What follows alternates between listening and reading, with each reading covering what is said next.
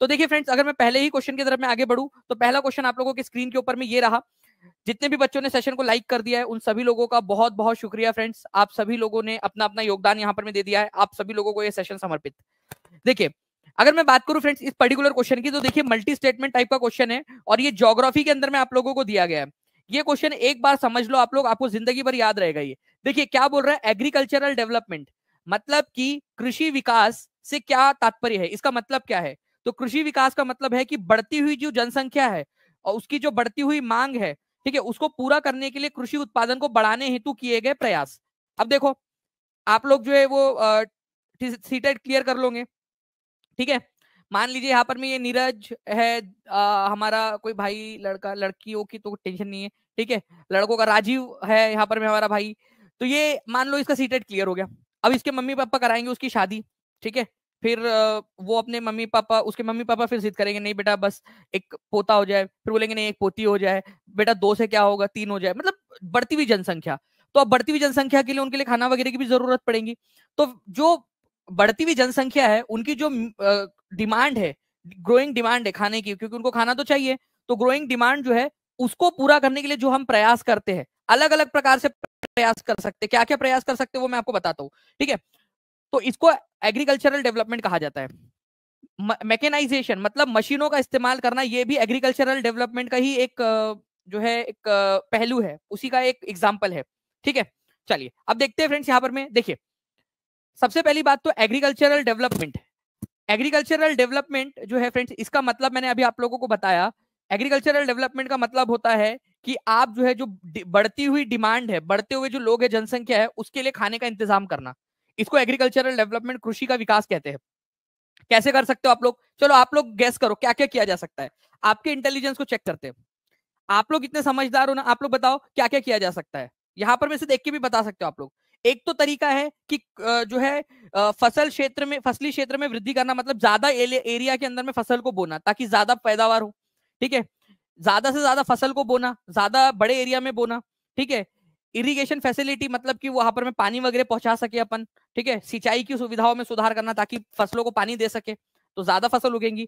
अच्छे क्वालिटी के फर्टिलाइजर का इस्तेमाल करना, उर्वरक जो खेतों में फसलों को बढ़ने में मदद करते हैं, ठीक है। High yielding variety of seeds, मतलब ऐसे बीजों का इस्तेमाल करना जो ज्यादा पैदावार करते हैं, ठीक है। तो ये सारे के सारी चीजें क्या है आप लोगों की फ्रेंड्स, कृषि विकास के लिए सहायक चीजें हैं। लेकिन एक और चीज है जिसको कई बार भूल जाते लोग, मैकेनाइजेशन, मतलब मशीनों का इस्तेमाल करना। जब मशीन का इस्तेमाल करते हैं तो उससे भी फसल पैदावार में बढ़त मिलती है। आप लोग मशीन के जरिए सीड को फैलाइए, मशीन के जरिए जो है पंप से पानी को खींचिए सिंचाई के लिए, और ऑटोमेटिकली जो है वो फिर यहाँ पर में राजीव जो है उसके बच्चों को, जो 3 बच्चे हुए थे अभी उसके, मतलब होने वाले जो 3 बच्चे, उनके लिए खाने का इंतजाम हो जाएगा, है ना। चलो, तो यहाँ पर में जो है फ्रेंड्स एग्रीकल्चरल डेवलपमेंट का मतलब आप लोगों को समझ में आ गया। अब आप लोग इस क्वेश्चन का आंसर कर सकते हो। कृषि विकास से क्या तात्पर्य है, बढ़ती हुई जनसंख्या की बढ़ती हुई मांग को पूरा करने के लिए प्रयास करना। और कृषि में यांत्रिकरण या मशीनों का जब इस्तेमाल करेंगे तो ये भी कृषि विकास में ही आपकी सहायता करता है। तो इसमें से आंसर क्या होगा, जल्दी से आप लोग कमेंट के अंदर में आंसर कर देंगे सभी बच्चे एकदम स्पीड में। जितने लोगों का सही हुआ था हाथ भी ऊपर कर दीजिए जल्दी जल्दी से, और सेशन को लाइक भी करते रहेंगे। ओके, चलो आगे बढ़ते हैं हम लोग फ्रेंड्स। यहाँ पर मैं अब हमारे नेक्स्ट क्वेश्चन की तरफ में, देखिए सीटेट सितंबर 2015 में एनसीईआरटी बेस्ड क्वेश्चन है ये आपका, ठीक है। इसके अंदर में क्या कहा गया है, 19वीं सदी में महिलाओं की शिक्षा के लिए तर्क देने के लिए निम्नलिखित में से किसने कुरान की आयतों की पुनर्व्याख्या की। ये कई सारे एग्जाम में आ चुका है फ्रेंड्स, आपको बता दूं, CTET, REET, BPSC, D triple S B, आपका यूपी टेट, कई सारे एग्जाम में सेम क्वेश्चन आ चुका है। एक महिला थी, ठीक है, मतलब उन्होंने क्या किया, उन्होंने महिलाओं के शिक्षा को लेकर, महिलाओं की शिक्षा को बढ़ावा देने के लिए उन्होंने जो कुरान की आयतें हैं, आयत मतलब श्लोक, जैसे गीता में रामायण में, महाभारत के अंदर में श्लोक होते हैं ना वेदों के अंदर में, वैसे ही फ्रेंड्स कुरान के अंदर में जो श्लोक होते हैं, जो लाइंस होती है, उनको आयत कहा जाता है, ठीक है। वो एक गाना भी आया था ना, कौन सा गाना था, कोई बता सकता है क्या मुझे, याद कर लिया है तुमको आयत की तरह, तो श्लोक को याद कर लिया टाइप का वाला था उसका, ठीक है। मतलब आयत की तरह याद कर लिया, नर्क में जाएगा लड़का वो, ठीक है। चाहे आयत हुए कुछ याद कर लेता, श्लोक लोग पढ़ लेता तो शायद स्वर्ग में चला जाता। तो कुरान की आयतों की पुनर्व्याख्या की कि भाई कुरान के अंदर में लिखा हुआ है कि महिलाओं को शिक्षित किया जाए। ये किया था मुमताज अली ने, ये याद रखना आप लोगों ने, मुमताज अली। अब ये मुमताज अली को कई बार लोग जो है लड़की समझते हैं कि मुमताज है तो वो मुमताज महल, शाहजहां की पत्नी वाला मुमताज नहीं, भाई मुमताज अली है। ये मुमताज उनका मतलब पुरुष थे ये, ठीक है, मुमताज अली। तो इन्होंने बोला कि महिलाओं को भी पढ़ाया लिखाया जाना चाहिए, ठीक है। तो आंसर क्या हो जाएगा, डी हो जाएगा आप लोगों का। तो मुमताज अली जो थे फ्रेंड्स एक सोशल रिफॉर्मर थे, ठीक है, और महिलाओं के अधिकार को लड़ने वाले। फेमिनिस्ट का मतलब होता है जो नारीवादी, महिलाओं के अधिकारों की जो रक्षा करते हैं या महिलाओं के अधिकारों की बात करते हैं। तो इन्होंने महिलाओं के राइट्स को लेकर, अधिकारों को लेकर बातचीत की। उन्होंने कहा कि कुरान के अंदर में खुद लिखा हुआ है कि महिलाओं को एजुकेट करो, ऐसा उन्होंने बताया, कुरान में से आयतें ढूंढ के बताई, ठीक है। अभी बढ़िया है, cute puppy ji, thank you very much. तो मुमताज अली ये आंसर हो जाएगा। तो महिलाओं की शिक्षा के लिए कुरान की आयतों की पुनर्व्याख्या की किसने, मुमताज अली ने। इंपॉर्टेंट पॉइंट है आपका, ओके। चलिए नाउ फ्रेंड्स नेक्स्ट क्वेश्चन की तरफ में हम लोग आगे बढ़ते हैं। उससे पहले मैं चाहूंगा कि जितने भी लोग देख रहे हैं यहाँ पर, मैं जैसे मैं देख पा रहा हूँ कंटिन्यूअसली बच्चों की संख्या बढ़ती जा रही है। जल्दी से सेशन को एक साथ सभी लोग लाइक कर देंगे ताकि हम लोग एनर्जेटिक तरीके से पूरी की पूरी टीम जो बैकएंड में काम कर रही है आप लोगों के लिए पूरा एफर्ट दे दे, ठीक है। रूही जी सक्सेस किट जो है आपके जो प्रेजेंट एड्रेस है उस पर मिलेगी। विश्व में बॉक्साइट का सबसे बड़ा उत्पादक कौन है? देखिए ये आपका एनसीईआरटी ज्योग्राफी का क्वेश्चन है। बॉक्साइट से क्या मिलता है ये भी आप लोग बता दीजिए। तो बॉक्साइट से मिलता है एल्यूमिनियम, है ना। तो एल्यूमिनियम, ठीक है, जिससे मिलता है बॉक्साइट, उसका विश्व में सबसे बड़ा उत्पादक है ऑस्ट्रेलिया। ये याद रखना है आप लोगों ने। लेकिन अगर बोल दिया जाए कि हमारे इंडिया के अंदर में, ठीक है, हमारे इंडिया में कौन सा राज्य है जहां पर में सबसे ज्यादा बॉक्साइट मिलता है, तो आपका आंसर क्या होगा? हमारे इंडिया के अंदर में कौन सा राज्य जहां सबसे ज्यादा बॉक्साइट मिलता है, वो है उड़ीसा। ये याद रखना है आप लोगों ने, ठीक है। तो उड़ीसा के अंदर में फ्रेंड सबसे ज्यादा बॉक्साइट मिलता है भारत के अंदर में। बॉक्साइट से निकलता है एल्यूमिनियम, ठीक है। ये एक प्रकार का अयस्क है, और है, जिसको साफ करने पर उसमें से एल्यूमिनियम निकलता है, ठीक है। तो पूरे दुनिया में सबसे बड़ा ऑस्ट्रेलिया, और भारत के अंदर में सबसे बड़ा बॉक्साइट का उत्पादन करता राज्य उड़ीसा, ठीक है। चलिए दोनों के दोनों याद रखना है, इंपॉर्टेंट पॉइंट एग्जाम के अंदर में पूछे जा सकते हैं आप लोगों से, ठीक है। नाउ फ्रेंड नेक्स्ट क्वेश्चन की तरफ में हम लोग आगे बढ़ते हैं। अब देखिए यहां पर मैं क्या बोला है, फैक्ट्री साइट का मतलब क्या होता है? Factory site, what is mean by factory site? ध्यान से समझिए आप सभी लोग। देखिए यहाँ पर मैं विजय गुप्ता जी बोल रहे हैं कि सभी दोस्त लोग जल्दी से लाइक एंड शेयर करते रहेंगे, ठीक है, सभी लोग करते रहेंगे। देखिए यहाँ पर मैं आपके साथी लोग ही बोल रहे हैं, एक एक बच्चा जब यहाँ पर मैं अपना अपना योगदान देगा तब जाके मजा आएगी। नाउ फ्रेंड देखिए यहाँ पर मैं पुरातत्वविदों के अनुसार पूरा पाषाण काल में उद्योग स्थल किसको कहा जाता था? पैल्यूलिथिक। पैल्यूलिथिक पीरियड मतलब सबसे पुराना वाला युग, जब इंसान नंगू पुंगू घुमा करते थे जंगलों में। तो फैक्ट्री साइट उस जगह को कहा जाता था जहां पर में, ठीक है, हमको पत्थर के टुकड़े मिले हैं, वहां पर में मनुष्य औजार बनाते होंगे। देखो मनुष्य वहां पर में मोस्ट प्रोबेबली जो है पत्थरों से औजार बनाने का काम किया करते होंगे, और वहां पर में हमको पत्थर मिले हैं, जिससे हम अंदाजा लगा सकते हैं कि वो लोग जाते होंगे वहां पर में पत्थरों से, वहां पत्थर थे तो पत्थरों को तोड़ तोड़कर उससे औजार हथियार वगैरह बनाया करते थे।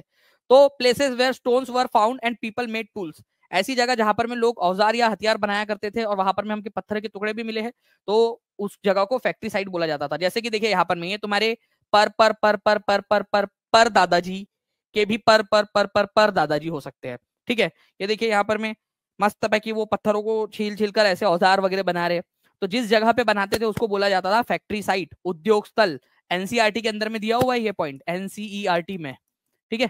तो ये याद रखेंगे आप सभी के सभी लोग, इंपॉर्टेंट पॉइंट है, एग्जाम के अंदर में पूछा जा सकता है, तो प्लीज इस पर्टिकुलर, ठीक है। शिवेंद्र सत्यार्थी जी, ठीक है, चलो आंसर करिए यहाँ पर में।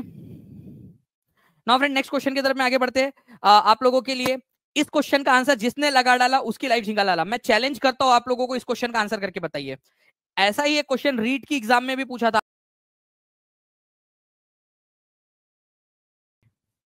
ठीक है, बताइए जल्दी से। देखिए आसिफ जी भी बोल रहे हैं कि सब लोग जल्दी जल्दी से शेयर कर दीजिए, सब कोई आसिफ जी की बात मान लो सभी। हर एक बच्चा, एक एक बच्चे ने भी एक एक जगह पे शेयर कर दिया तो मान लेंगे कि भाई उसने अपना योगदान दे दिया यहाँ पर, और लाइक भी करते रहिए सेशन को। देखिए अगर मैं बात करूं आप लोगों से फेयंस की, तो देखिए फेयंस जो होता है इसके बारे में कौन सी वाली बात सही है? फेयंस जो है इसकी खदाने मेहरगढ़ में मिली है। फेयंस जो है वो एक नेचुरली फाइंड, नेचर से मिलता है, प्राकृतिक तौर पर मिलता है। बालू या स्फटिक पत्थर के चूरन को गोंद में मिलाकर उससे वस्तुएं बनाई जाती है। उसके बाद उन वस्तुओं पर एक चिकनी परत चढ़ाई जाती है। फेयंस से मनके, चूड़िया, झुमके, बर्तन, ठीक है, आदि बनाए जाते हैं। अब देखिए यहाँ पर मैं अगर मैं इस पर्टिकुलर पॉइंट की बात करूं फ्रेंड्स आप लोगों से, तो ध्यान से समझिएगा आप सभी लोग, ओके। अगर मैं बात करूं इस फेंस की, तो फेन्स जो है ना, ये याद रखना है आप लोगों ने, ये नेचुरली ऑकरिंग सब्सटेंस है ही नहीं है, आर्टिफिशियल है। आर्टिफिशियल, आर्टिफिशियल मतलब कि इसको बनाया जाता है, ये कोई खदानों में नहीं मिलता, ये नेचुरली नहीं मिलता।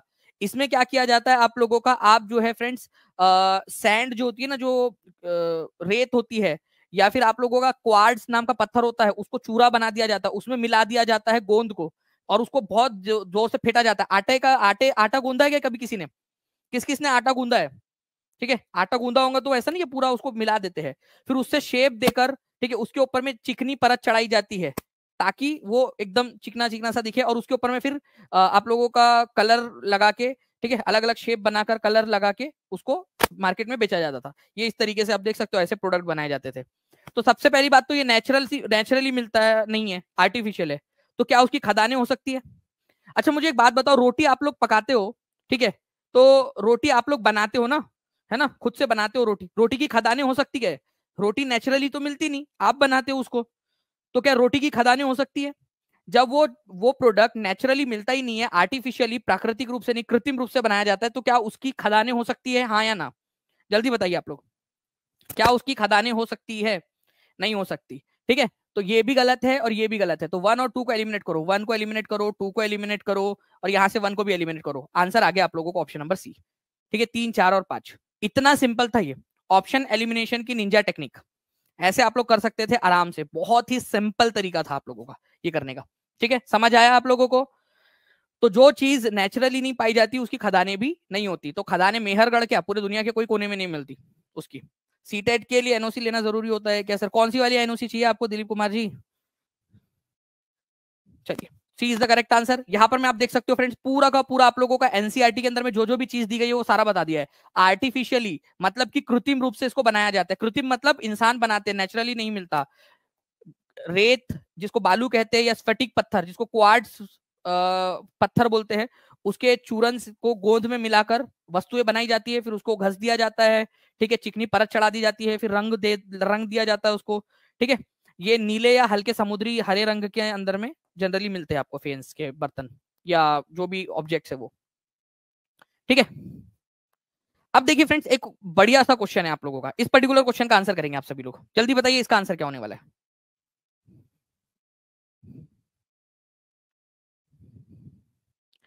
जल्दी जल्दी बताइए इस पर्टिकुलर क्वेश्चन का आंसर क्या होगा। देखिए यहाँ पर में क्या बोला गया है, निम्नलिखित में से कौन सा नेता एक लोकप्रिय छवि, मतलब एनसीईआरटी में दी गई है एक नेता की छवि जो कि कृष्ण के सारथी के रूप में दर्शाई गई है। वो हमारे स्वतंत्रता संग्राम के समय में उनकी फोटो बड़ी, वो फोटो बहुत ज्यादा वायरल हुई थी। वायरल इन द सेंस, अब व्हाट्सएप तो था नहीं, अखबारों में छपी थी, अखबारों में छप के वायरल हुई थी। कृष्णा के सारथी के रूप में चित्रण में अंग्रेजों के खिलाफ युद्ध में अन्य राष्ट्रवादी नेताओं का मार्गदर्शन कर रहा था। मतलब कृष्ण उसके जो है रथ में बैठे थे, वो कृष्ण का रथ खींच रहे थे, और बाकी सारे नेता जो है उनके साथ साथ में चल रहे थे।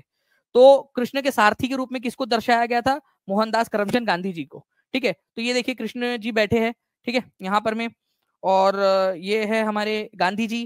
ठीक है, बाकी सारे नेता देखिए चल रहे हैं उनके साथ साथ में। देखिए सुभाष चंद्र बोस है यहाँ पर में, ठीक है, यहाँ पर में आप देख सकते हो जवाहरलाल नेहरू है, सब इनके साथ साथ में चल रहे हैं, उनके पीछे में है सब लोग। ठीक है, कुछ लोग उनके ऊपर में फूलों की वर्षा कर रहे हैं, हमारे बाकी के जो नेता है। और ये स्वराज मंदिर यहाँ पर में दिखाया गया है, स्वराज मंदिर की, स्वराज नाम का मंदिर, स्वराज मतलब हमारा खुद का राज, हमारे भारत के देशवासियों का राज, उसके मंदिर के सामने से ये रथ जा रहा है। और शेर जो है यहाँ पर में देखो, घोड़ों की जगह शेर दिखाए गए हैं। ओके, तो ये एनसीईआरटी में देखिए पूरा दिया गया है। जनता से उपजी छवियों में भी महात्मा गांधी को अक्सर एक दैवी शक्ति के रूप में दिखाया जाता था, और ऐसी एक तस्वीर है जिसमें कृष्ण के सारथी के रूप में उनको दिखाया गया है। ठीक है, चलिए बहुत बढ़िया, आगे बढ़ते हैं हम लोग। देखिए फ्रेंड, सिंधु घाटी सभ्यता की लिपि कौन सी थी? लिपि का मतलब होता है जो लिखी हुई होती है। जैसे फॉर एग्जाम्पल यहाँ पर मैं आप लोग देखिए, ये लिखा हुआ है देवनागरी लिपि में, अ आ ई ई उ, ये क्या है आपका? देवनागरी लिपि है। वैसे ही जो इंग्लिश में आप लोग लिखते हो, ये है आप लोगों का रोमन लिपि, रोमन स्क्रिप्ट। ठीक है, ABCD ये रोमन स्क्रिप्ट है। तो लिखने की जो पद्धति होती है जिससे लिखा या पढ़ा जाता है उसको स्क्रिप्ट बोलते हैं, लिपि बोलते हैं। हड़प्पा सभ्यता के जो लोग थे जिस लिपि में लिखते थे वो कौन सी है? क्या अल्फाबेटिकल है, पिक्टोग्राफिक है, खरोष्टी है, ब्राह्मी है, कौन सी है? तो फ्रेंड्स वो चित्रात्मक थी। चित्रात्मक मतलब कि वो चित्र के जरिए, मतलब अगर उनको कुछ बनाना रहा, जैसे मैं आपको दिखा दूं, तो देखिए यहाँ पर मैं कई जगह पे मछली के आकार का कुछ बना दिया गया है, यहाँ पर मैं देखिए लकड़ी के आकार का कुछ बना दिया गया है। चित्र टाइप के कुछ बना देते थे वो लोग। ये देखिए लिखते लिखते यहाँ पर में कोई जगह पे कोई बैल आ गया है। ठीक है, तो इस तरीके से चित्रात्मक थी। और अभी तक हम इसको पढ़ नहीं पाए हैं, ठीक है, अनडेसिफर्ड है ये, अभी तक इसको पढ़ा नहीं जा सका है। तो ये लोग क्या लिख रहे हैं अभी तक हम इसको नहीं पढ़ पाए हैं।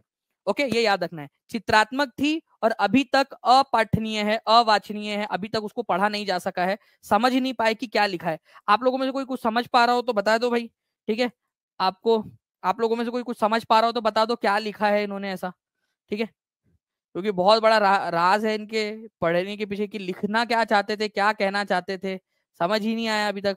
ये देखिए यहाँ पर मैं पशुपति सील के ऊपर में भी कुछ लिखा हुआ है, क्या लिखा है पता नहीं, ठीक है, तो अभी तक कोई भी इसको पढ़ नहीं पाया है, ठीक है, कोशिश जारी है। ओके, नाउ फ्रेंड नेक्स्ट देखिए, यहाँ पर में एक क्वेश्चन है आप लोगों का, ये ज्योग्राफी का क्वेश्चन है, जल्दी बताइए यहाँ पर में। इस पर्टिकुलर क्वेश्चन के अंदर में आप लोग देखोगे कि यह वनस्पति उत्तरी गोलार्ध के उच्च अक्षांशों 50 डिग्री से 70 डिग्री में पाई जाती है, इसे टैगा के नाम से भी जाना जाता है। तो ये किसी प्रकार की वनस्पति के बारे में बात हो रही है जो कि 50 डिग्री से 70 डिग्री नॉर्थ हेमिस्फीयर में पाई जाती है। अब नॉर्थ हेमिस्फीयर क्या है पहले तो ये समझ लो आप लोग। हमारी जो दुनिया है ना, उसको दो भाग में बांट सकते हैं हम। ये हो गया नॉर्थ हेमिस्फीयर उत्तरी गोलार्ध, ये हो गया सदर्न हेमिस्फीयर दक्षिणी गोलार्ध। तो बात हो रही है कि उत्तरी गोलार्ध में मिलेंगी, ठीक है, नीचे में नहीं मिलेंगी, यहां मिलेगी ऊपर में, ठीक है, वो भी 50 डिग्री से लेकर 70 डिग्री के बीच में, इस एरिया में 50 डिग्री से 70 डिग्री के बीच में, इसको टैगा भी कहा जाता है। तो बात क्लियर हो गई। यहां पर में बात हो रही है कोनीफेरस की, कोनीफेरस शंकुधारी वन। एक्चुअली शंकुधारी इनको इसलिए कहा जाता है क्योंकि वो शंकु के आकार के, कोन के आकार के दिखते हैं, इसी वजह से, ठीक है, तो कोनिकल शेप के दिखते हैं, इसी वजह से कोनीफेरस फॉरेस्ट या शंकुधारी वन इनको कहा जाता है। तो आप देख सकते हो कि कोनीफेरस फॉरेस्ट या शंकुधारी वन ये आपको कहां पर में मिलेंगे, हायर लेटीट्यूड्स में। हायर मतलब 0 से ऊपर है ना 90 तक, तो 50 से 70 तक मतलब कि 0 से दूर है, इक्वेटर से थोड़ा दूर है, इसी वजह से हायर लेटीट्यूड्स पे मिलेंगे। 50 डिग्री से 70 डिग्री नॉर्थ हेमिस्फीयर में। तो कहाँ मिलते हैं ये कोनीफेरस फॉरेस्ट, 50 डिग्री से 70 डिग्री नॉर्थ हेमिस्फीयर के अंदर में। इसके बाद में ये याद रखना है आप लोगों ने, इसको टैगा भी कहा जाता है। टैगा का मतलब क्या होता है और कौन सी भाषा का शब्द है ये भी बता देंगे आप लोग। टैगा का मतलब और ये कौन सी भाषा का शब्द है, जल्दी जल्दी से बताइए आप लोग, जल्दी जल्दी से। आप सभी लोग जो है फ्रेंड्स टीचिंग परीक्षा चैनल को सब्सक्राइब करके बेल आइकन भी दबा देंगे ताकि आप सभी लोगों को आने वाले जितने भी वीडियोस है वो सारे मिल सके। जितने भी बच्चे हैं, ठीक है, सेशन को लाइक जरूर कर दीजिए और जहां भी शेयर कर सकते हो, टेलीग्राम, फेसबुक, व्हाट्सएप, इंस्टाग्राम, जहां भी शेयर कर सकते हो जल्दी जल्दी से शेयर कर दीजिए, ठीक है।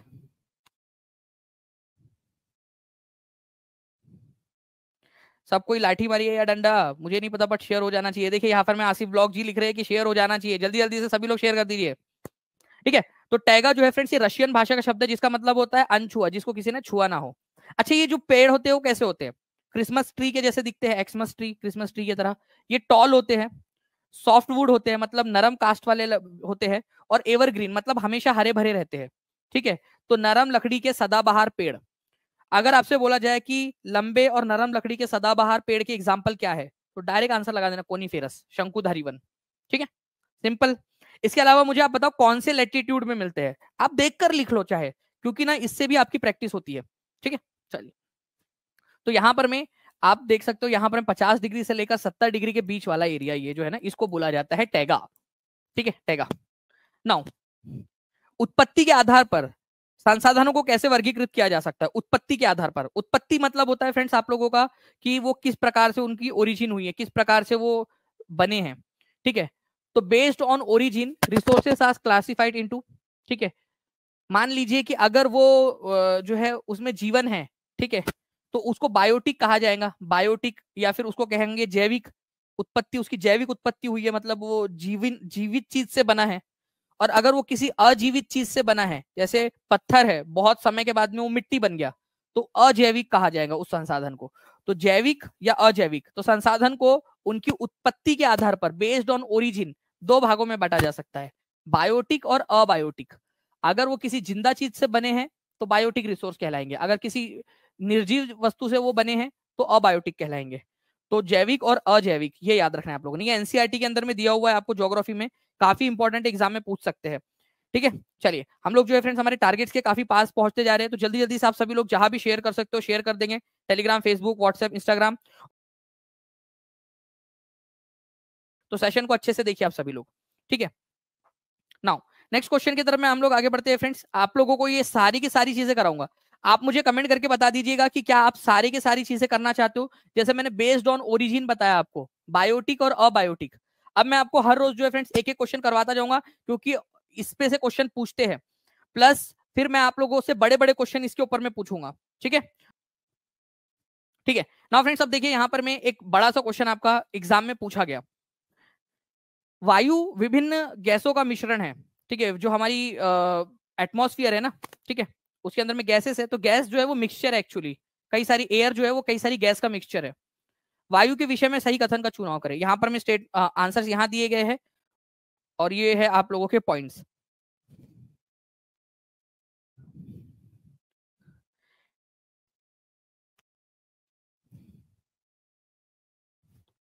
ओके, तो देखिए फ्रेंड्स, अगर मैं बात करूं यहाँ पर मैं plants take nitrogen directly from the air. देखिए फ्रेंड्स, जो भी पौधा होता है ना, ठीक है, मान लीजिए ये पौधा है, तो क्या ये पौधा हमारे एटमॉस्फेयर में से डायरेक्टली नाइट्रोजन ले सकता है या नहीं ले सकता, ये पॉइंट को आज के आज क्लियर कर लो। आज आपको क्या करना है, आपको जो भी पहला पौधा दिखेगा, ठीक है, उसको जाकर एक बात बतानी है आप लोगों ने कि भाई देख, तू नाइट्रोजन जो है, ठीक है, नाइट्रोजन डायरेक्टली हवा में से नहीं ले सकता। उसको नाइट्रोजन कहां से मिलता है, जो जमीन में मिट्टी में जो नाइट्रोजन घुली हुई होती है या नाइट्रोजन फिक्स होती है, उसमें से वो जड़ों के माध्यम से नाइट्रोजन लेता है, ना कि डायरेक्टली एयर के माध्यम से। ठीक है, तो आपको प्लांट को जाके बता के आना है। प्लांट बोलेगा भाई अब तू मेरे को सिखाएंगा क्या करके, मैं इतने सालों से ले रहा हूँ, ठीक है, जमीन में से नाइट्रोजन, तू आज तू सीख आज आया है सीख के। ठीक है, चलिए, तो फ्रेंड्स प्लांट्स जो है वो नाइट्रोजन डायरेक्टली नहीं लेता, ये याद रखना है आप लोगों ने। ओके, तो ये वाला आप लोगों का क्या है, गलत हो जाएगा। जहां जहां ए को सही माना है उसको गलत मान दो। ठीक है, ए जो है उसको ट्रू बोला है, ये ऑप्शन एलिमिनेट हो गया। ए को यहां पर मैं ट्रू बोला है, ऑप्शन एलिमिनेट हो गया। ठीक है, ओके, अब दो ही ऑप्शन बचे आपके पास में। Green plant release oxygen gas, भाई हरे प्लांट जो है वो ऑक्सीजन गैस रिलीज करते हैं। जाकर उनको बताना फिर से कि भाई तुम लोग जो है ना ऑक्सीजन गैस रिलीज करते हो। वो बोलेगा भाई फिर से तू मेरे को बताने आ गया, तेने आज पढ़ा, मैं पिछले जो है वो कई साल से ऑक्सीजन गैस रिलीज कर रहा हूँ। ठीक है, तो ये सही है। तो यहाँ पर मैं आप लोग देखिए फ्रेंड्स, हुआ क्या है ना कि दोनों जगह पे बी को जो है सही बोला है, बी को यहाँ पर में भी सही बोला है। ठीक है, तो दोनों आंसर हो सकते हैं। Helium, argon, ozone are present in large quantities. भाइयों और उन सभी की बहनों ध्यान से सुनो, ठीक है, नाइट्रोजन और ऑक्सीजन, इन दोनों को मिला दिया जाए तो हमारी वायुमंडल का 99% अकेले ये दोनों बनाते हैं। तो लार्ज क्वांटिटी में कौन मौजूद है, नाइट्रोजन और ऑक्सीजन, ना कि हीलियम, आर्गन, ओजोन, ये बहुत कम लेस क्वांटिटी में अवेलेबल है। तो यहां पर मैं आप लोगों का क्या हो जाएगा, ये गलत हो जाएगा। ठीक है, तो ये आप लोगों का गलत है, क्योंकि helium, argon, ozone less quantity में अवेलेबल है, ना कि लार्ज क्वांटिटी में। तो जहां सी को ट्रू बोला है उसको भी काट दो। अब यार ऑप्शन ही नहीं बचा हमारे पास में, तो अब तो डायरेक्ट आंसर आ गया डायरेक्टली आप लोगों का। ठीक है, डायरेक्टली आप लोगों का आंसर हो गया ऑप्शन नंबर सी। सिंपल, केवल 47% लोगों ने आंसर दिया था इसका सही। कितना परसेंट लोगों ने, 47% लोगों ने, जबकि इतना इजी क्वेश्चन था ये, और ये एग्जाम में आया हुआ क्वेश्चन है। ठीक है, तो ऐसे ही आप लोगों को सारे के सारे पॉइंट्स में करवा दूंगा। आप लोगों से इसीलिए कह रहा हूं, जितने भी लोग हैं जहां भी शेयर कर सकते हो शेयर कर दीजिए, क्योंकि ज्यादा से ज्यादा जितने बच्चे शेयर करेंगे उतना ज्यादा से ज्यादा आप लोगों के लिए कर देंगे। जल्दी से सेशन को लाइक भी करते रहिए। ठीक है, हम लोग ऐसे ही और भी बहुत सारे सेशंस करते रहेंगे आप लोगों के। तो मोस्ट प्लेंटीफुल गैस जो है वो 78% के साथ में नाइट्रोजन है, और दूसरे नंबर पे कौन सी गैस आती है और कितना परसेंट है वो मेरे को आप कमेंट करके बताएंगे। प्लांट्स क्या नाइट्रोजन को डायरेक्टली ले सकते हैं हवा से, नहीं ले सकते। देखिए पेड कोर्स के अंदर में भी आप लोगों को दिया पढ़ाया है वो पूरा, नहीं ले सकते। तो पौधे सीधे हवा से नाइट्रोजन नहीं ले सकते। ठीक है, तो जितने भी बच्चे हैं इसको अच्छे से पढ़ लेंगे, याद कर लेंगे इसको। ना फ्रेंड्स, एक और क्वेश्चन है आप लोगों का, इसको बताइए आप लोग।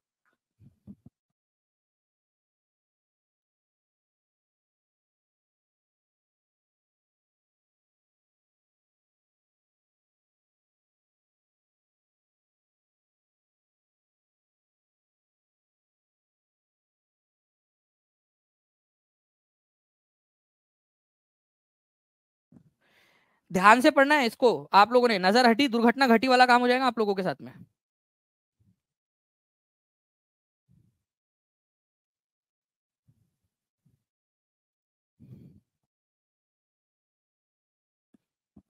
ओके, तो देखिए फ्रेंड्स, यहां पर मैं क्या बोला गया आप लोगों का, निम्नलिखित में से कौन सा वायुमंडल की परतों का सही अनुक्रम है जिनसे धरती पर उतरने से पहले रॉकेट गुजरेगा। अब देखिए ये हमारी धरती है, ठीक है, और ये रॉकेट है। ये वापस आ रहा है, रॉकेट वापस आ रहा है, ठीक है। तो सबसे पहली जो लेयर होती है वो होती है स्ट्रेटोस्फियर आप लोगों की, ठीक है, स्ट्रेटोस्फियर समताप मंडल। उसके बाद में होती है ट्रोपोस्फियर, ठीक है, आप लोगों की, या फिर पहले थर्मोस्फियर ट्रोपोस्फियर होती है फिर स्ट्रेटोस्फियर होती है, बताइए जल्दी से। तो सबसे पहली जो लेयर है आप लोगों की, ठीक है, जो होती है वो ट्रोपोस्फियर होती है, ये याद रखना है आप लोगों ने फ्रेंड्स। ओके, ट्रोपोस्फियर पहले ऑप्शन में जो दिया हुआ है वो गलत है आप लोगों का। और दूसरी चीज आपको ये याद रखना है, ये क्या बोल रहा है आप लोगों से कि धरती पर उतरने से पहले, तो आप लोगों को यहाँ पर मैं ये समझिए कि ये रॉकेट है आपका इधर साइड से आ रहा है, ठीक है, रॉकेट भाई साहब इधर से आ रहे हो, ये देखो ये रॉकेट इधर साइड से आ रहा है, ठीक है, ये इधर से ऐसे रॉकेट आ रहा है आपका। अब ये जो रॉकेट है जब ये आ रहा है इधर साइड से, ठीक है, पृथ्वी के अंदर में, तो सबसे पहले ये एक्सोस्फीयर में एंटर करेगा, मतलब बहिर्मंडल के अंदर में, एक्सोस्फीयर में। फिर धीरे धीरे धीरे वो आएगा अंदर में, थर्मोस्फीयर में आएगा, उल्टा होगा ना ये, थर्मोस्फीयर में आएगा, ठीक है, फिर थर्मोस्फीयर में, फिर आएगा मध्यमंडल में, थर्ड नंबर की लेयर में, फिर स्ट्रेटोस्फीयर में आएगा, समताप मंडल में, फिर आएगा शोभ मंडल के अंदर में, और यहाँ पर मैं आके लैंड हो जाएगा कहीं तो भी। ओके, यहाँ पर मैं आके लैंड हो जाएगा। तो जब वो उतर रहा है तब की बात पूछा था आप लोगों से। ओके, कितने परसेंट लोगों ने आंसर दिया? इसका आंसर क्या हो जाएगा आप लोगों का? सबसे पहले जाएगा वो एक्सोस्फीयर में, फिर थर्मोस्फीयर, मेसोस्फीयर, स्ट्रेटोस्फीयर, ट्रोपोस्फीयर। सी 34% लोगों ने आंसर दिया है, केवल 34% लोगों ने सही आंसर देखा। इसी वजह से आप लोगों का पढ़ना जरूरी है, अच्छे से सारे क्वेश्चन को सॉल्व करना जरूरी है आपका, ठीक है। तो 34% लोगों ने आंसर दिया है, आंसर होगा ऑप्शन नंबर सी। कितने लोगों का सही हुआ था हाथ ऊपर कर दीजिए, और जिन लोगों का गलत हुआ था और समझ में आ गया है और अगले बार से सही करेंगे वो लोग भी हाथ ऊपर कर देंगे कमेंट के अंदर में जल्दी से, ठीक है। चलिए ना फ्रेंड, देखिए एक क्वेश्चन जिसके अंदर में 3 स्टेटमेंट्स दिए गए आप लोगों को, हिंदी में इंग्लिश में 3-3 स्टेटमेंट्स दिए गए हैं, ठीक है। मैं इसको थोड़ा सा जो है फ्रेंड्स आप लोगों के लिए बड़ा कर देता हूं ताकि आप लोग जो है इसको अच्छे से देख सके।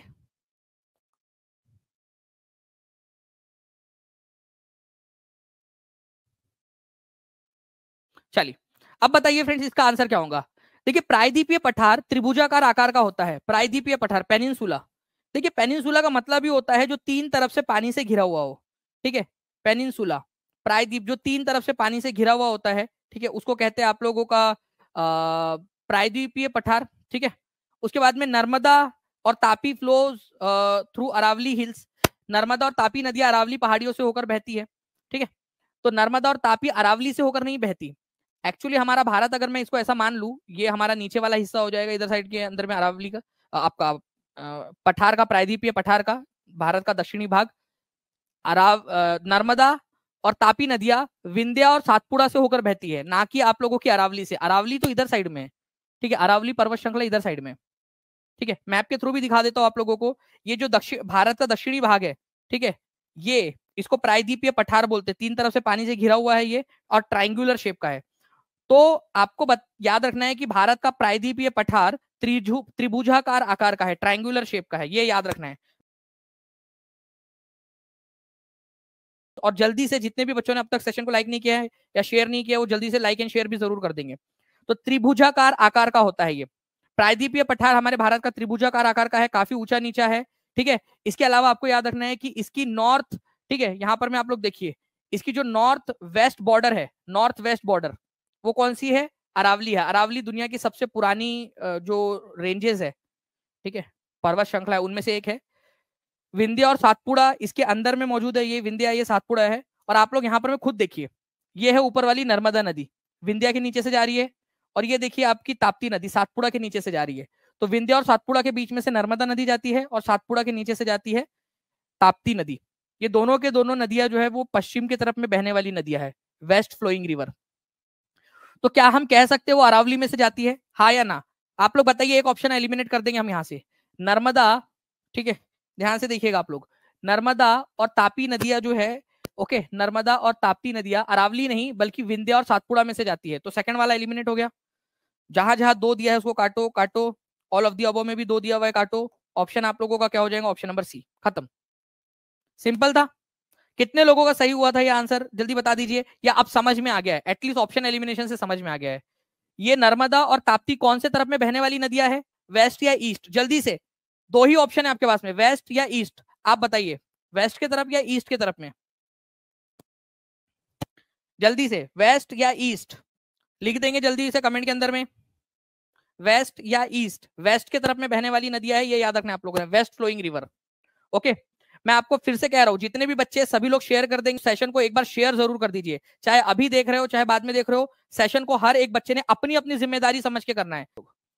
चलिए नाउ फ्रेंड नेक्स्ट क्वेश्चन की तरफ में आगे बढ़ते हैं। देखिए यहाँ पर में ब्लाइंड डॉल्फिन की एक किस्म जिसे सूसू भी कहा जाता है, देखिए कितनी प्यारी सी है, ठीक है, ब्लाइंड डॉल्फिन, क्योंकि दिखता नहीं ना इसको, इसलिए वजह से ब्लाइंड डॉल्फिन कहते हैं इसको, इसको सूसू भी कहते हैं।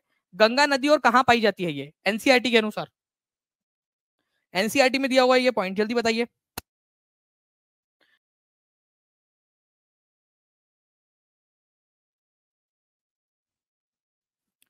तो ब्लाइंड डॉल्फिन जिसे सूसू भी कहते हैं, तो ब्लाइंड सूसू किसको कहा जाता है? ब्लाइंड डॉल्फिन को कहा जाता है, ये याद रखना है। ये गंगा नदी में पाई जाती है, ठीक है, गंगा के अंदर में, और साथ ही साथ जो है फ्रेंड्स ये ब्रह्मपुत्र नदी में भी पाई जाती है, तो गंगा ब्रह्मपुत्र में पाई जाती है, ये याद रखना है। अब देखिए ये डू यू नो सीरीज आप लोगों को, ये पूरी की पूरी डू यू नो सीरीज जो है फ्रेंड्स आपके सीटेट के पेड कोर्स के अंदर में प्रोवाइड करवाई गई है। ये सबसे यूनिक पॉइंट है टीचिंग परीक्षा का, पूरी डू यू नो जितने भी है आपके सारे के सारे, और उसके ऊपर में टेस्ट भी दी गई है। फ्रेश वाटर के अंदर में पाई जाती है, गंगा और ब्रह्मपुत्र के, गंगा और ब्रह्मपुत्र के साफ, मतलब कि जो मीठा पानी होता है ना, अलवण जल, उसमें पाई जाती है। इसको स्थानीय भाषा में सूसू भी कहते हैं, सूसू, अंधी डॉल्फिन या ब्लाइंड डॉल्फिन के नाम से भी जाना जाता है इसको, ठीक है। इसकी जितनी ज्यादा संख्या रहेगी इस डॉल्फिन की, उतना साफ पानी, क्योंकि जितना ज्यादा, क्योंकि ये साफ पानी में रहती है, ठीक है। तो गंगा और ब्रह्मपुत्र में जो अभी औद्योगिक जल डाला जा रहा है, खराब वाला पानी जा रहा है, जिससे उनकी संख्या कम हो रही है, ठीक है, ये याद रखना है आप लोगों ने। नाउ फ्रेंड, चावल की सबसे अच्छी खेती के लिए किस प्रकार की मृदा की आवश्यकता होती है? मैं आपको बता दूं, चावल और, ठीक है, राइस और जूट, ये दोनों भाई है, ठीक है। जूट, जूट का मतलब होता है आपका पटसन, ठीक है, पटसन, और चावल का मतलब, राइस का मतलब चावल होता है। तो इन दोनों की ना सेम हरकतें, सेम डिमांड है इनकी। चावल जो है वो बोलता है मुझे सबसे अच्छी वाली मिट्टी चाहिए, और सबसे अच्छी मिट्टी होती है एलुवियल सॉइल, जलोढ़ मिट्टी, ठीक है, जलोढ़ मिट्टी सबसे अच्छी मिट्टी है। इसके अलावा जो राइस है वो बोलता है मुझे जो है ना, ठीक है, हाई रेनफॉल चाहिए, हाई, ठीक है, high rainfall, high rainfall, rainfall मतलब बहुत ज्यादा वर्षा चाहिए। और जूट बोलता है इसको भी बहुत ज्यादा वर्षा चाहिए, तो सब कुछ ज्यादा ज्यादा चाहिए इसको। तो एलुवियल सॉइल या जलोढ़ मिट्टी बहुत ज्यादा उपजाऊ होती है, इसी वजह से राइस को वो वाली चाहिए, चावल को। तो जब भी आपको चावल मिले, ठीक है, तो उसको बताना कि दानिश सर ने क्या पढ़ाया है आप लोगों को, बताओगे जल्दी से बता दीजिए, जितने भी लोग बता देंगे चावल को आज, ठीक है। जब भी चावल आपको दिखे, मतलब दिखे मतलब आप खाओगे आज रात में, ठीक है, कल परसों नरसों कभी ना कभी तो खाओगे, ठीक है। तो चावल को जरूर याद दिलाना, चावल तुझे पता है कि तू जो है वो जलोढ़ मिट्टी में उगा है, तेरे को बहुत अच्छी वाली मिट्टी चाहिए थी, सबसे बेस्ट वाली मिट्टी में से आया है तू, ठीक है। उसके बाद में तेरे को बहुत ज्यादा हाई रेनफॉल चाहिए था, आज ही पढ़ाया दानिश सर ने। मम्मी आप लोगों की सोचेंगे हमारा लड़का पागल हो गया, हमारी लड़की पागल हो गई, ठीक है। कोई चावल बनाते बनाते कोई होंगी यहाँ पर में बहू, ठीक है, चावल बनाते बनाते चावल को सिखा रही है, चावल तुझे पता है तू ना जलोढ़ मिट्टी में उगा है, एलुवियल सॉइल के अंदर में, और तेरे को बहुत सारा पानी चाहिए था, ठीक है। सासू माँ बोल रही कि हाय राम, मैंने कैसे लड़की से शादी करा दी, पागल हो गई ये लड़की तो। बट उनको भी सिखा देना फिर कि बोलना सासू माँ ऐसी बात नहीं है, मैं रिवीजन कर रही हूँ, ओके। चलिए, तो ये दो पॉइंट इंपॉर्टेंट है फ्रेंड्स एग्जाम के पॉइंट ऑफ व्यू से, ठीक है। मैं आप लोगों को जो हाई लेवल के और क्वेश्चन होते हैं ना जिसमें क्लब करके क्वेश्चन स्टेटमेंट, वो भी करवाने वाला हूँ आप लोगों को, ओके। तो एलुवियल क्लेई सॉइल, इसको जलोढ़ मिट्टी की आवश्यकता होती है, उच्च तापमान, उच्च आर्द्रता और उच्च वर्षा की जरूरत होती है इसको, ठीक है। अब देखिए फ्रेंड्स, यहाँ पर मैं चावल से रिलेटेड एक और पॉइंट आप लोगों का बनता है, ठीक है। ये यहाँ पर मैं आप लोग इसको समझिए। पहली बात तो ये खरीफ फसल है, खरीफ की फसल मतलब होता है जो वर्षा ऋतु में होती है, ठीक है, वर्षा ऋतु, मॉनसून सीजन में, मॉनसून। अब देखो इसको कैसे आप लोग याद रख सकते हैं कि खरीफ की फसल है ये, खरीफ की फसल जो है मॉनसून के अंदर में होती है, और इसको चाहिए उच्च आर्द्रता और उच्च वर्षा, हाई रेनफॉल और हाई ह्यूमिडिटी, ह्यूमिडिटी मतलब ये होता है नमी, हवा में नमी, तो हाई रेनफॉल चाहिए इसको, हाई रेनफॉल, हाई ह्यूमिडिटी सब कुछ, तो उसको मानसून सीजन में ही मिल सकती है, खरीफ के मौसम में। इसके अलावा ये कहां पर में उगती है ज्यादा? ट्रॉपिकल जोन में।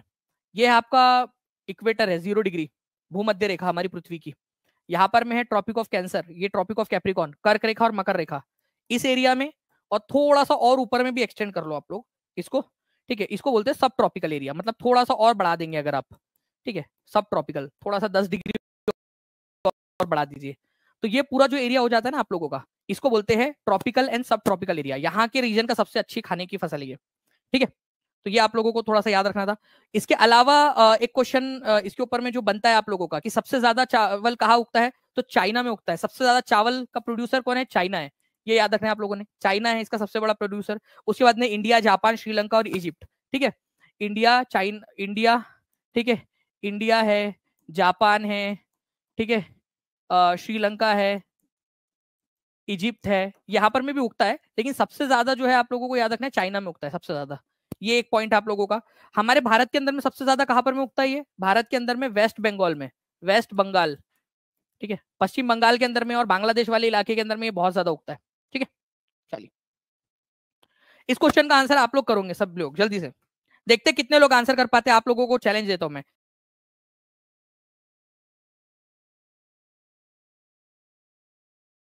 और जिन्होंने भी सेशन को लाइक नहीं किया लाइक कर देंगे, और चैनल को सब्सक्राइब जरूर कर लेना है, टीचिंग परीक्षा चैनल को। टीचिंग परीक्षा का एप्लीकेशन डाउनलोड करके रख लीजिए आप लोग सभी लोग के सभी लोग, क्योंकि आप लोगों का जैसे ही 1000 बच्चे होंगे फ्रेंड्स, ठीक है, आज कल जैसे ही होंगे, जितना जल्दी आप करोगे उतना जल्दी आप लोगों के लिए बच्चे ने शेयर करना है इसको। सर जी आपसे दुआ की दरख्वास्त है, बिल्कुल बिल्कुल, मेरी सारी दुआएं आप लोगों के, सारा आशीर्वाद आप लोगों के साथ में है। चीन, जापान, श्रीलंका, मिस्र के बाद भारत चावल का सर्वाधिक उत्पादन में अग्रणी है। ठीक है, तो चीन के बाद में जापान, श्रीलंका और मिस्र के बाद भारत चावल का अग्रणी उत्पादन करता है। India leads in production of rice followed by China, Japan, Sri Lanka and Egypt. In West Bengal and Bangladesh 2 to 3 crops are rice are grown in a year. Paschim Bangal में और बांग्लादेश के अंदर में 2 से 3 फसलें उगा ली जाती है साल भर में, क्योंकि वहां का मौसम अच्छा है चावल के लिए। Millets can be grown on less fertile and Sandy soils. अब मिलेट्स क्या होते हैं? मिलेट का मतलब होता है आप लोगों का फ्रेंड्स मोटा अनाज। ठीक है, मोटा अनाज, मोटा अनाज। अब ये मोटा अनाज जो है ना आप लोगों को याद रखना है, ठीक है, आप लोगों का, ठीक है, इसको भविष्य की फसल कहा जाता है, क्योंकि ये कम उपजाऊ और बलुई मृदा में भी उग सकता है। आपको पता है भविष्य हमारा कैसा है? ठीक है, अपन लोग बड़े इंसान लोग बहुत खराब लोग हैं। ठीक है, अरे पता है कि नहीं पता है आप लोगों को? अपन लोगों ने कितना खराब किया, पर्यावरण खराब कर दिया, पानी की कमी होती जा रही है, वायुमंडल खराब कर रहे हैं, मिट्टी को खराब कर रहे हैं, सब खराब कर रहे हैं अपन। अब भविष्य के अंदर में उपजाऊ जमीन बचेंगी क्या? आप लोग खुद बताओ, नहीं बचेंगी, है ना? तो फ्रेंड्स उस समय में कम उपजाऊ और बलुई मृदा मतलब रेतीली भूमि है, वहां पर में भी ये अनाज उग सकता है, मिलेट या मोटा अनाज। इसको इसी वजह से भविष्य की फसल कहा जाता है। ओके, तो ये भी आप लोगों का सही है, ये भी सही है, तो आप लोगों का आंसर हो जाएगा उपरोक्त में से सभी। ठीक है, उपरोक्त सभी, D is the correct answer आपका। Okay, D is the correct answer. तो चाइना जो है फ्रेंड्स आप लोगों का, इंडिया, जापान, श्रीलंका, इजिप्ट, ये सब भी है आप लोगों के। ठीक है, और favourable condition, climatic conditions West Bengal और बांग्लादेश के अंदर में होती है। ठीक है, ये याद रखना है आप लोगों ने। और मिलेट या जिसको मोटा अनाज कहा जाता है, बाजरा वगैरह, ये सब आपका कम उपजाऊ वाली बलुई मृदा के अंदर में भी उपज सकता है।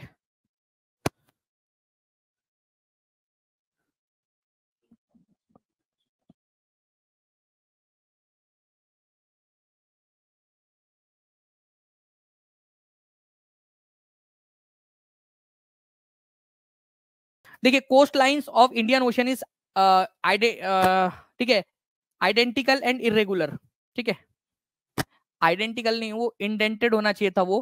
ठीक है, इंडेंटेड, इंडेंटेड, ठीक है, एंड इरेगुलर। इंडेंटेड, दंतुरित का मतलब इंडेंटेड होता है। ठीक है, तो कोस्ट लाइन, कोस्ट लाइन का मतलब होता है, मान लीजिए कि यहाँ पर में ये है तो ये सरल हो गई, और एक होती है कटी फटी, कटी फटी इस तरीके से। तो कटी फटी जो होती है ना उसको बोलते हैं दंतुरित। तो इंडियन ओशियन की नहीं है, बल्कि जो अटलांटिक ओशियन है ना, अटलांटिक, अटलांटिक ओशियन, उसकी तटरेखा कटी फटी है एज पर एनसीईआरटी। ठीक है, अनियमित और दंतुरित है, मतलब कटी फटी तटरेखा है। और जो कटी फटी तटरेखा होती है, इंडेंटेड जो होती है आप लोगों की तटरेखा, और इरेगुलर जो तटरेखा होती है, वो वहां पर में ना नेचुरल हार्बर्स बन जाते हैं, वहां पर में नेचुरल पोर्ट और हार्बर्स बन जाते हैं। तो बी सही है, ए गलत है। तो अब आप लोग बताइए आंसर क्या होगा? वो इंडियन ओशन नहीं अटलांटिक होना चाहिए था वहां पर में। अब आप लोग बताओ आंसर क्या होगा?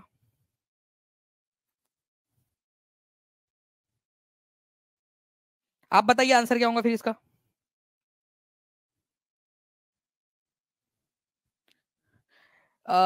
सईदा हसमत रिजवी जी, अपना नंबर जो दिया हुआ है ना नीचे में, नंबर जो चल रहा है उसके ऊपर में कॉल या व्हाट्सएप कर सकते हो आप। कॉल कर लीजिए, अगर कॉल ना लगे तो व्हाट्सएप कर सकते हो आप। देखिए अगर इस पर्टिकुलर क्वेश्चन की बात करूं मैं आप लोगों से, तो ए जो है वो तो गलत है, जहां ए बोला है ट्रू काट दो। ठीक है, बोथ ए को ट्रू जो है यहाँ पर में ये नहीं है। ठीक है, ए को ट्रू बोला है, इसको काट दो। ठीक है, बी जो है वो फॉल्स नहीं है आपका, तो इसको भी काट दो, बी क्योंकि सही है। तो आंसर हो जाएगा आप लोगों का A is false, B is true. ठीक है, कितने परसेंट लोगों ने सही आंसर दिया था जल्दी बता दीजिए, जितने भी लोग हैं। ये आपका 21 जनवरी 2022 का क्वेश्चन है, ये एक्चुअल क्वेश्चन जो एग्जाम में आया था। तो दंतुरित और कटी फटी तटरेखा किसकी है? अटलांटिक ओशन की है। और इसी के वजह से तटी फटी और कटी जो ऐसी तटरेखा होती है ना, कटी फटी तटरेखा, वहां पर में नेचुरली बंदरगाह बन जाते हैं। बंदरगाह मतलब जहां पर में जहाज जाके खड़े रह सकते हैं। ओके, तो अटलांटिक ओशन दुनिया का कितनेवें नंबर का सबसे बड़ा ओशियन है? सेकंड नंबर का। इसका आकार क्या है? कौन से शेप का बनता है ये? एस शेप का, ठीक है, एस शेप का है, ठीक है। इसके अलावा जो है फ्रेंड्स आपको याद रखना है, इसके उत्तर में नॉर्थ अमेरिका और यूरोप है, साउथ में साउथ अमेरिका और अफ्रीका है, ठीक है। तो 4 महाद्वीपों से घिरा है ये। और अटलांटिक ओशन जो है ये कटा फटा होने के कारण यहाँ पर में बहुत सारे नेचुरल हार्बर का मतलब होता है प्राकृतिक बंदरगाह बहुत सारे बन जाते हैं, ठीक है। और इसके अलावा सबसे बिजी ओशन कौन सा है पूरे दुनिया में? ये भी क्वेश्चन बन सकता है डायरेक्टली। अब आप लोगों से मैंने क्वेश्चन पूछ लिया, सबसे बिजीएस्ट ओशियन कौन सा है? सबसे ज्यादा बिजी ओशियन कौन सा है, ये आप लोगों को बताना है। बताइए, आप लोगों को आंसर करना है। सबसे बिजी ओशियन मतलब सबसे ज्यादा व्यापार जहां से होता है। आंसर आप लोग कर दोगे कमेंट के अंदर में, ठीक है। नाउ फ्रेंड देखिए, 4 जनवरी 2022 को आया हुआ क्वेश्चन, निम्नलिखित में से किस मूल अधिकार में स्वस्थ पर्यावरण का अधिकार निहित है? पर्यावरण जो है फ्रेंड साफ रहना जरूरी है, जिंदा रहने के लिए तेरी कसम, है ना, एक मुलाकात जरूरी है सनम, ऐसा उसने कहा था। लेकिन भाई जिंदा रहने के लिए आप लोगों को स्वास्थ्य पर्यावरण की भी जरूरत है। मिल लिए उसने, दोनों के दोनों को अस्थमा हो गया, तो क्या करोगे तुम लोग दोनों के दोनों? ठीक है, वो लड़का बोलेगा तूने गाना गाया था, लड़की बोलेंगी तूने गाया था। तो भाई जिंदा रहने के लिए स्वस्थ पर्यावरण की भी जरूरत है सनम, ठीक है। जिंदा रहने के लिए राइट टू लाइफ, जीने के अधिकार के अंदर में आता है आप लोगों का, ठीक है। ओके, चलिए, समझ गए भाई सर, ठीक है। तो मतलब गाना होना से ज्यादा इधर साइड में भी ध्यान दिया करो, पर्यावरण वगैरह की तरफ में भी, नहीं तो बस पता चले यही वाला सबको बता रहे हो तुम, ठीक है। चलिए, अच्छा ये बात कब कही थी? सुप्रीम कोर्ट ने कही ये बात, तो क्या हुआ, सुभाष कुमार जो थे, ठीक है, उन्होंने स्टेट ऑफ बिहार के ऊपर में केस किया था एक बार इसको लेकर 1991 में। तो इसको जो है Subhash Kumar versus state of Bihar के अंदर में जो कोर्ट थी, उन्होंने क्या किया फ्रेंड्स, ठीक है, जो पोल्यूशन फ्री जो है आपका वाटर और पोल्यूशन फ्री एयर, मतलब साफ पानी और साफ हवा, ये आपका मूलभूत अधिकार है। ये कौन से केस से निहित है, कौन से केस के अंदर में डाला गया था? मैं टीम से रिक्वेस्ट करूंगा कि प्लीज अगर पॉसिबल हो तो जल्दी से वो क्वेश्चन निकाल दिया जाए जिसमें एग्जाम में Subhash Kumar versus state of Bihar वाला क्वेश्चन पूछा गया था। अच्छा चलिए, ओके, तो फ्रेंड्स ये क्वेश्चन आप लोगों का आता है। इसके अलावा चलिए अब नेक्स्ट आपको हिस्ट्री की तरफ में लेकर चलता हूं मैं एक क्वेश्चन के ऊपर में।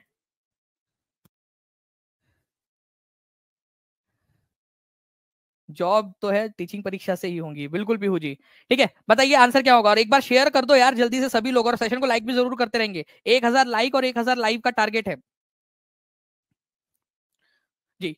तो चोल साम्राज्य में सभा का सदस्य बनने के लिए निम्नलिखित में से कौन सी शर्त थी? अब देखो, चोल साम्राज्य जो है फ्रेंड्स आज से करीब, ठीक है, 1200-1300 साल पहले की बात है। दक्षिण भारत के अंदर में यहाँ पर में चोल साम्राज्य हुआ करता था। वहां पर में गांव में, ठीक है, गांव में ब्राह्मण लोगों का जो गांव होता था उसको बोलते थे सभा। ब्राह्मण गांव को, ब्राह्मण ब्राह्मण लोगों के गांव को, ठीक है, सभा बोला जाता था। मतलब उनकी एसोसिएशन को, ब्राह्मण लोगों के गांव की जो एसोसिएशन होती थी, ठीक है, उनके संगठन को सभा बोलते थे। अगर आपको ब्राह्मण लोगों के गांव की एसोसिएशन का मेंबर बनना है, मतलब सभा का मेंबर बनना है आपने, तो आप में क्या क्या क्वालिटी होनी चाहिए, ठीक है। चलिए मैं बताता हूं आपको, फिर आप क्वेश्चन का आंसर करना। आप मेंबर बन सकते हो क्या, ये बताइएगा आप लोग। देखो, आप एक एक करके, भूमि के मालिक होने चाहिए जिससे राजस्व जाता हो, मतलब ऐसे भूमि के मालिक जिससे आप टैक्स भरते हो। है क्या आपके पास में ऐसी कोई जमीन जिससे आप टैक्स भरते हो? ठीक है, ओनर ऑफ लैंड, जिसका आप रेवेन्यू भरते होंगे, रेवेन्यू कलेक्ट किया जाता है, टैक्स भरते होंगे आप जिससे। खुद का घर होना चाहिए। बताओ जल्दी से कि कौन कौन सी कंडीशन आप फुलफिल कर रहे हो, ठीक है। आपकी उम्र 35 से 70 साल के बीच में होनी चाहिए। कितने लोग हैं जिनकी उम्र 35 से 70 साल के बीच में है? बता दीजिए। आपके पास में वेदों का ज्ञान होना चाहिए, ठीक है, आपके पास में वेदों का जो है वो ज्ञान होना चाहिए।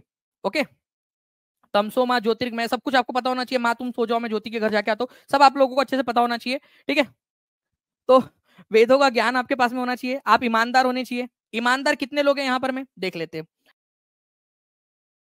लोगों ने लाइक किया है, ईमानदारी आपकी यही दिख गई, ठीक है। तो ईमानदार होने चाहिए आप प्रशासनिक मामलों में। पिछले 3 साल में आपने कोई और कमेटी ज्वाइन ना की हो। अगर कोई कमेटी का मेंबर बनना है, उस सभा के अंदर में भी छोटी छोटी कमेटी होती थी, तो अगर आप एक कमेटी के मेंबर हो तो अगले 3 साल तक आप किसी और दूसरी कमेटी के मेंबर नहीं बन सकते। अगर आपने आपके पास कितनी संपत्ति है उसका ब्यौरा नहीं दिया, आपके पास कितना पैसा है, ठीक है, कितना पैसा आपने जमा करके रखा हुआ है, आपने, आपकी पत्नी ने, आपके परिवार वालों ने, वो आपको बताना पड़ेगा, उसका खुलासा करना पड़ेगा, तभी आप चुनाव लड़ सकते हो कमेटी का, ठीक है, नहीं तो आप चुनाव नहीं लड़ सकते थे। ओके, तो अगर आप किसी कमेटी के सदस्य बने हो चुनाव लड़के, ठीक है, तो आप अगले 3 साल तक नहीं बन सकते। अगर किसी समिति का सदस्य बनना भी आपको, ठीक है, तो आपको अपना और अपने रिश्तेदारों का जितना भी लेखा जोखा है, जितना भी पैसा आपके पास में है, वो उसका बताना पड़ेगा। अब आप लोग देख लो आपके पास में कौन कौन सी चीजें हैं, और इस क्वेश्चन का आंसर भी बता दो। चलो, इसका आंसर सभी लोग करेंगे, जल्दी से सभी लोग एकदम फास्ट, गोली की रफ्तार से आप लोगों के आंसर आने चाहिए यहाँ पर में, एकदम गोली की रफ्तार से आंसर कर देंगे सभी के सभी लोग, एकदम फास्ट।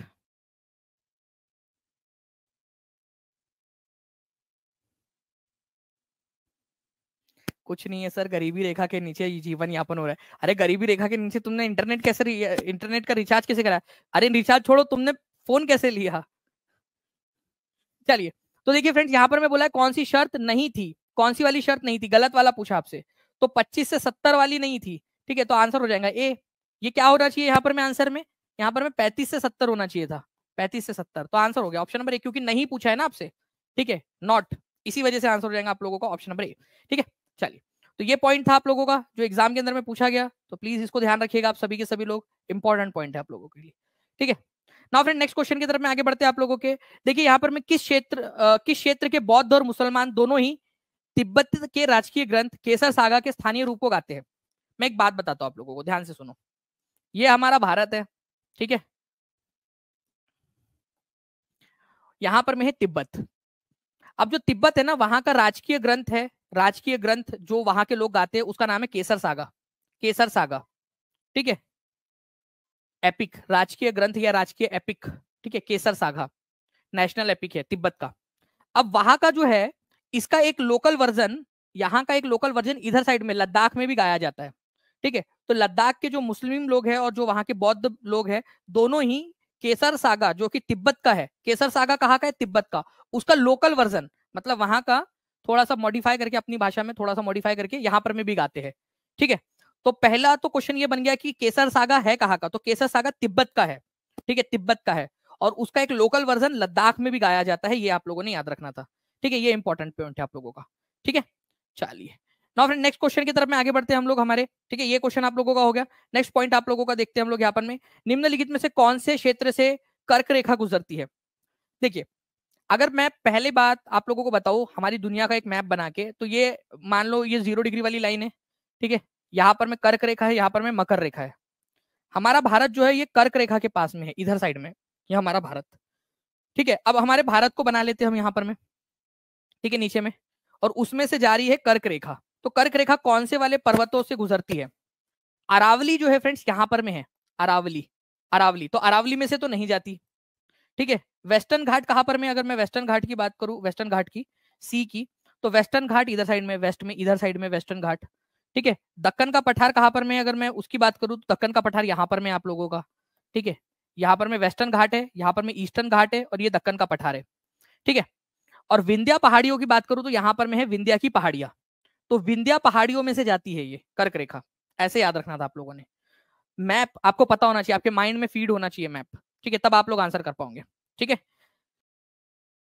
1000 का टारगेट है, मैं आपको फिर से बोल रहा हूँ, जितने भी बच्चे जो बाद में भी देख रहे हैं, प्लीज रोज 5 बजे लाइव आ जाइए। चलो, तो ट्रॉपिक ऑफ कैंसर जो है फ्रेंड्स, ये कितने राज्यों में से जाती है? 7 राज्यों में से 8 राज्यों में से जाती है। और पहाड़ी कौन सी है जिसमें के पास से जाती है? तो विंध्या रेंज के पास से। इतिहास का जन्मदाता किसको कहा जाता है? आप लोग इतिहास पढ़ते हो तो हिस्ट्री का पिता किसको बोलते हैं आप लोग? ये भी क्वेश्चन है। तो thank you very much friends आपका। जी, शेयर जरूर कर दिया करें सभी लोग। देखिए, अगर मैं बात करूं इतिहास के पिता के रूप में किसको जाना जाता है, ठीक है, तो इतिहास के पिता के रूप में जाना जाता है हेरोडोटस को, ठीक है, ये याद रखना आप लोगों ने, ठीक है। हेरोडोटस जो है ये आप लोगों का क्या है, इतिहास के पिता है, ठीक है, इतिहास के पिता के नाम से इनको जानते हैं। और इराटोस्थनीज जो है ये ज्योग्राफी के पप्पा है, ज्योग्राफी के पप्पा, ज्योग्राफी के, ठीक है, ज्योग्राफी के, भूगोल के पितामह कहा जाता है इनको, इराटोस्थनीज को। और हेरोडोटस को हिस्ट्री का पप्पा बोलते हैं, ये याद रख लेना आप लोगों ने। एक बार लिख भी दो कमेंट में, चाहे आप लोगों को याद हो जाएगा, ठीक है। तो हेरोडोटस हिस्ट्री के पप्पा, इतिहास का पिता, ठीक है, या जन्मदाता, और इराटोस्थनीज ज्योग्राफी का पिता, ठीक है, इसका फादर या जन्मदाता, ये याद रखना है आप लोगों ने। इंपॉर्टेंट पॉइंट है, 2 पॉइंट एनसीईआरटी में दिए हुए हैं, दोनों मैंने आपको बता दिया है। नाउ फ्रेंड नेक्स्ट क्वेश्चन की तरफ में आगे बढ़ते हैं। ये क्वेश्चन आपके एग्जाम में आया था, ठीक है, ऑनलाइन शिफ्ट में आया था। आधुनिक भारत की ज्यादातर लिपियां किससे उत्पन्न हुई हैं? हमारे आधुनिक भारत की ज्यादातर लिपियां किससे उत्पन्न हुई हैं, ये आपको बताना है, ठीक है। देखिए ये एनसीईआरटी में दिया हुआ है, एनसीईआरटी के अंदर में दिया हुआ है, इसी वजह से इंपॉर्टेंट है, ठीक है। आधुनिक भारत की ज्यादातर लिपियां किससे उत्पन्न हुई हैं? तो ब्राह्मी लिपि से उत्पन्न हुई है, ब्राह्मी लिपि से, ये याद रखेंगे आप सभी लोग, ब्राह्मी। तो ब्राह्मी लिपि जो है फ्रेंड्स एक्चुअल में मैं आपको बताता हूँ, ये इस प्रकार से है, ये ब्राह्मी लिपि, ठीक है, ये इस तरह। देखिए एनसीईआरटी में दिया भी आपका, एनसीईआरटी का स्क्रीनशॉट डायरेक्टली, उसी से देवनागरी बनी है, अ बना है। देखिए बंगाली भाषा भी उसी से निकली है, मलयालम भाषा, ठीक है, तमिल भाषा उसी से निकली है। तो ब्राह्मी लिपि जो है सैकड़ों वर्षों तक भारत के अंदर में प्रचलित रही, बाद में हम उसको भूल गए थे, और उसके बाद में उसी से काफी सारी लिपियां निकली है।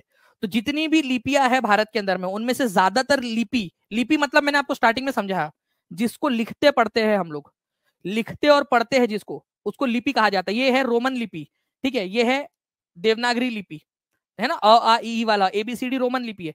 तो हमारे भारत में जितनी भी लिपियां है जिसको पढ़ा लिखा जाता है, ठीक है, वो ज्यादातर ब्राह्मी लिपि से उत्पन्न हुई है।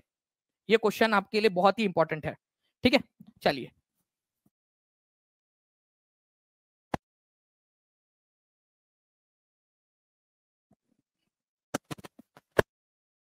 चलिए, तो आप लोगों को जो है इसके अलावा मैं आप लोगों से एक क्वेश्चन दे रहा हूं, पहले तो आप लोग उसका आंसर कीजिए सभी लोग। देखिए ये आप लोगों का सीटेड फरवरी 2014 का क्वेश्चन है, इसका आंसर करेंगे सभी लोग। जितने बच्चे लाइव देख रहे हैं, ठीक है, उन लोगों वो बहुत आसानी से इसका आंसर कर सकते हैं। बिल्कुल आएंगे सोनम भगत जी, बिल्कुल कल भी होंगी क्लास लाइव। इसका आंसर करिए जल्दी से, अभी आप लोगों को लिंक मिलेंगी एक, लाइक एंड शेयर करते रहेंगे सभी लोग। कल हम 1000 का आंकड़ा पूरा कर सकते हैं? आप लोग मुझे कमेंट करके बताइएगा, जो बाद में भी देख रहे हैं वो लोग भी इसका भी आंसर कीजिएगा। सुभाष कुमार वर्सेस बिहार राज्य का जो केस था, उसके जरिए क्या हुआ था आपका, बताइए जल्दी से जितने भी बच्चे, और बाकी जिनको नहीं पता वो लोग जो है फ्रेंड्स कमेंट के अंदर में आंसर पढ़ लेंगे, ठीक है, कमेंट के अंदर में आंसर पढ़ लेंगे, बाकी लोग इसका आंसर करेंगे कमेंट में। कॉन्फिडेंस बढ़ा कि नहीं बढ़ा, हाथ ऊपर करो जल्दी से इस क्वेश्चन को करने का, ठीक है, कॉन्फिडेंस बढ़ा कि नहीं बढ़ा, ठीक है। न्यू एनसीईआरटी एसएसटी का फादर दानिश सर है। चलो थैंक यू शिवेंद्र सत्यार्थी जी, बहुत बहुत शुक्रिया आपके प्यारे से कमेंट के लिए, ठीक है। चलो thank you very much friends, take care and bye, God bless you all. Thank you very much Kumari Sandhya ji, आपके प्यारे से कमेंट के लिए भी बहुत बहुत शुक्रिया, thank you very much, bye, thank you.